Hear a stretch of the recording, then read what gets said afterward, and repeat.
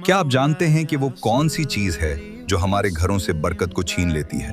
ये छोटा सा वाकया आपको सोचने पर मजबूर कर देगा। एक बहुत अमीर शख्स दस्तरखान पर बैठकर आधी रोटी छोड़कर उठ गया। उसके मुलाजिम ने वो टुकड़ा उठाया, साफ किया और अल्लाह का शुक्र अदा करके खा लिया। कुछ साल गुजरे, हालात बदल गए।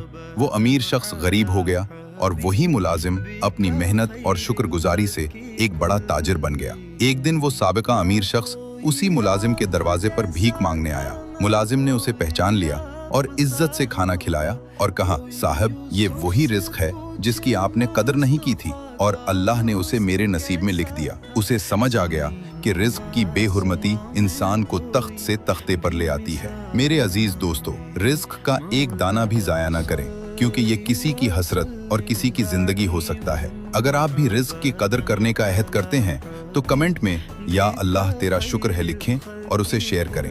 अल्लाह हाफिज।